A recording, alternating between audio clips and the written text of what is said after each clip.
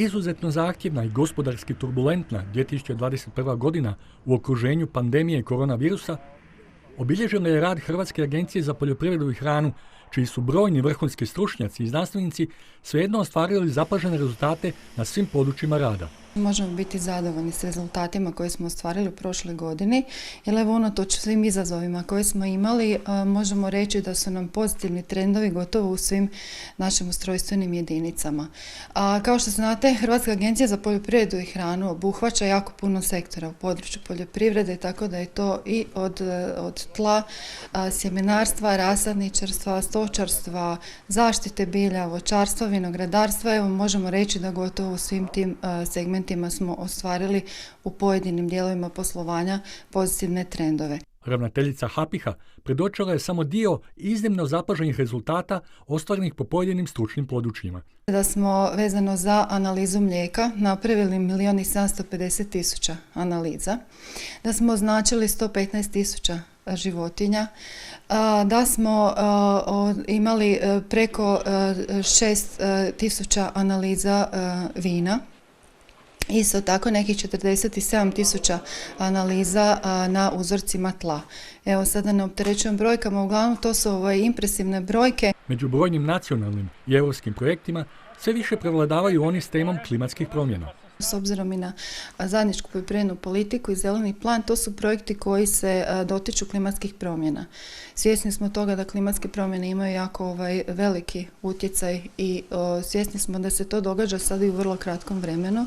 Tako da evo mi moramo pomoći sa neke svoje znanstvene i stručne strane poljoprivrednicima, u stvari i našoj kompletnoj poljoprivrednoj proizvodnji da izdrži te udare. Tako da naši projekti, evo baš u sektoru recimo proizvodnje voća i vinogradarstvu se temelje na tome da se u stvari daje nekakav odgovor na te promjene kojima smo izloženi. Što se tiče vinogradarstva i vinarstva, ravnateljica Sokolić ističe kako je sukladno klimatskim promjenama nužno korigirati dosadašnje određene zone uzgoja vinove loze u Hrvatskoj. Slijedom zakona o vinu koji je izašao 2019. godine, mi smo prošle godine uspostavljeni su i regionalni uredi, zaposlili smo i vinske nadzornike što će u svakom slučaju doprinijeti toj proizvodnji i u stvari na neki način i povećanju te sljedivosti i unapređenju proizvodnje kako u vinogradarstvu tako i u vinarstvu. Slijedom te decentralizacije i regionalizacije prošle godine su uspostavljena 4 regionalne udruge i slijedom toga, u stvari organizacije, i slijedom toga je i HAPIH otvorio 4 regionalna ureda. Jedan je u Osijeku, jedan je u Zagrebu, jedan je u Trilju i jedan je u Pazinu. Tako da smo pokrili sve vinogradarske regije. Osim toga smo u ovom našem području, odnosno području Slavonije i Hrvatskog Podunavlja, što se tiče samog vina, osnovali još i 2 ispostave, jedno je u Loku, jedno je u Kutjevu, jer svjesni smo da ovo naše područje nosi nekih 47% ukupne količine vina koje se stavlja na tržište, tako da ovdje imamo u ovoj našoj regiji i 2 dodatne ispostave. Ono što smo dodatno napravili pomak da približimo senzoriku, senzorska ocjenjivanja vina regionalnim udruženjima. Na taj način mislim da povećavamo i kvalitetu te same senzorike, jer se one ocjenjuju u regijama gdje to vino i nastaje, a s druge strane racionaliziramo i troškove, jer je onda taj trošak puta do Zagreba ili možda iz svih dijelova Hrvatske daleko manje ako se ta senzorika radi regionalno gdje ti enolozi i žive i rade. U jeku utvrđivanja nove nacionalne poljoprivredne strategije koja se nužno usklađuje s pravilima Europske unije, HAPIH je spreman stručno pomoći domaćim poljoprivrednicima. S obzirom da smo svi svjedoci ovih poremećaja na tržištu i sve težom položaju naših poljoprivrednih proizvođača, ono što mi kao agencija možemo pomoći i dati svoj doprinos da nekakav stabilizaciji djelomično barem tih udara je to ta stručna i znanstvena i tehnička podrška našim proizvođačima, da im pomognemo bez nekakvih dodatnih troškova na povećanje produktivnosti i nekakvu racionalizaciju te same proizvodnje i uzgoja.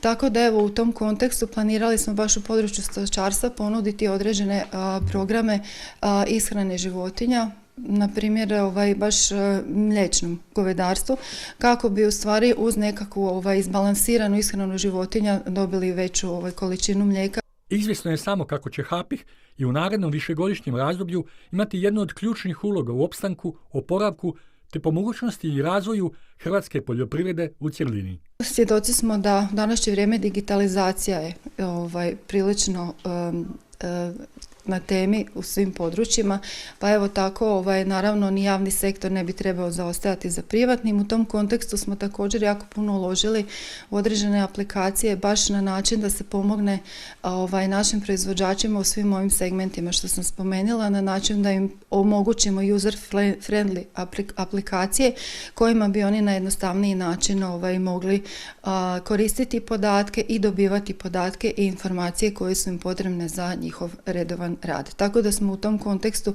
baš i u području vinogradarstva i vinarstva, u području zaštite bilja, a i stočarstva napravili određene pomake. Naravno to planiramo i u sljedećoj godini, to jest ove godini, a ono što se naslanja na tu digitalizaciju u svakom slučaju je nacionalni plan otpornosti i oporavka.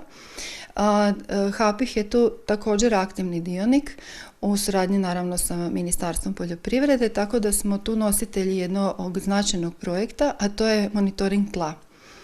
Svjesni smo da od poljoprivredi sve počinje od tla, tako da je tu naša u stvari ključna uloga da sudjelujemo u procesima koji se tiču također dostupnosti informacija našim poljoprivrednim proizvođačima na način da smo uspostavili povjerenstvo za agroekološko zoniranje i također intenzivno radimo na kartama pogodnosti tla, tako da bi se moglo vrlo jednostavno procijeniti na pojedinoj parceli čestici obzirom na analizu tla, sastav tla i još druge parametre koji naravno na to utječu koja je pogodnost za uzgoj pojedine vrste ili sorte. Naravno to radimo u suradnji sa Ministarstvom poljoprivrede jer upravo je to alat koji će naravno sa određenim propisima i postavkama natječaja, ono što je osnova Ministarstva poljoprivrede za dodjelu i određenih sredstava, biti jedan takav modern i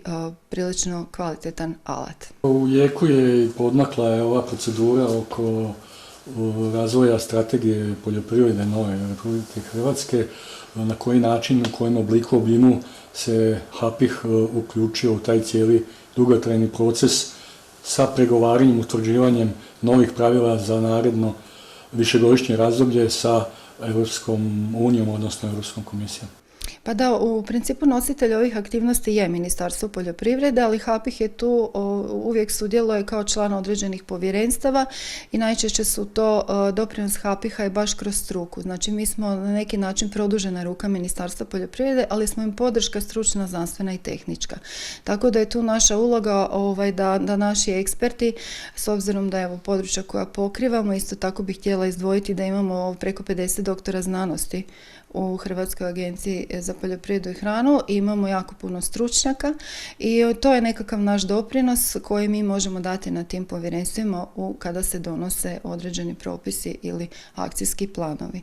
Ono što je još naš nekako doprinos toj tom cijelom sustavu je upravo to što mi imamo, osim doktora znanosti, znači mi raspolažemo i ispostavama po cijeloj Hrvatskoj, tako da imamo direktan kontakt i sa proizvođačima i uzgajivačima. Znači mi imamo informacije u samom tom kontaktu sa samim proizvođačima, znači imamo i laboratorij, imamo doktore znanosti i pratimo nova dostignuća u svakom tom segmentu, tako da mi u stvari na temelju toga možemo dati nekakve specifičnosti našeg područja i nekakve podloge našem nadležnom tijelu kako bi mogao raspisivati i određene natječaje i donositi određene propise, jer upravo smo tako i koncipirani da pokrivamo sve te nekakve segmente od samog kažem direktnog kontakta sa gotovo svim OPG-ima do velikih proizvođača, a isto tako obavljamo dio javnih ovlasti u procesima pojedinim u ovim segmentima koje sam spomenula i naravno imamo taj znanstveni dio gdje možemo doprinijeti i sa nekakvim istraživanjima koja se trenutno rezultati koji se obavljaju u svijetu i nekakvim istraživanjima koje mi provodimo baš ciljano. Istraživanja koja, to bi se isto volila dotaknuti, mi smo trenutno u procesu dobivanja znanstvene dopusnice za znanstvenu djelatnost. Ono što smo napravili smo jednu strategiju koja treba ići uskoro na recenziju, ali smo ju koncipirali na način da mi u stvari detektiramo potrebu tržišta. Nismo išli sa stajališta ideje nekakve znanstvene, nego smo išli ideje smo u stvari sa terena prikupili i tu smo detektirali nekakve segmente koje bi mi trebali sa tom znanstvenom podrškom pokriti.